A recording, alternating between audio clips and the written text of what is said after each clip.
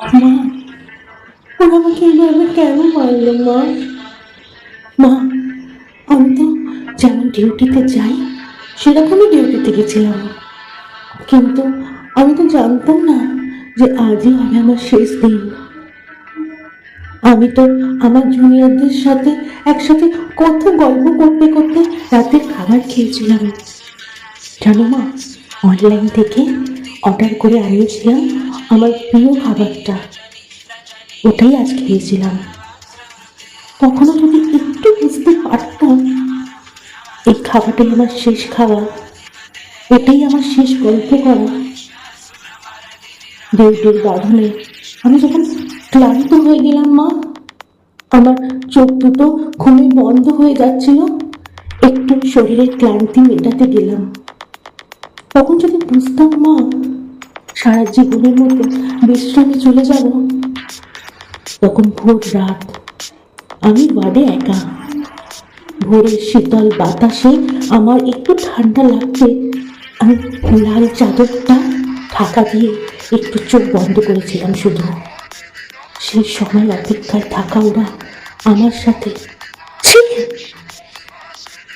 মা, আমার খুব কষ্ট হচ্ছিল জানো তো।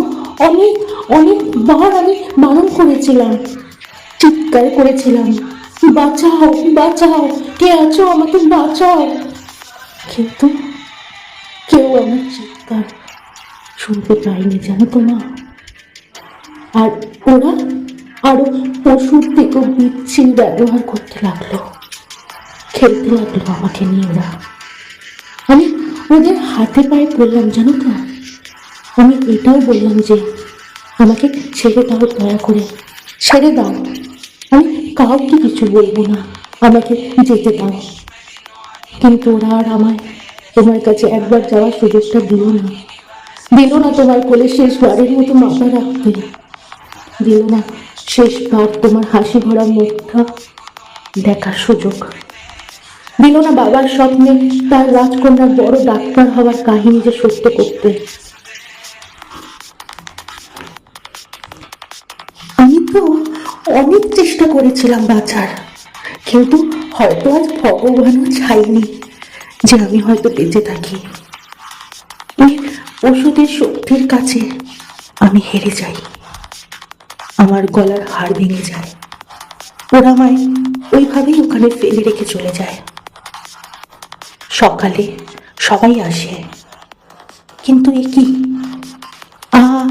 আমি কারোর সাথে কথা বলতে পারছি না, তোমাকেও দেখতে পাচ্ছি না।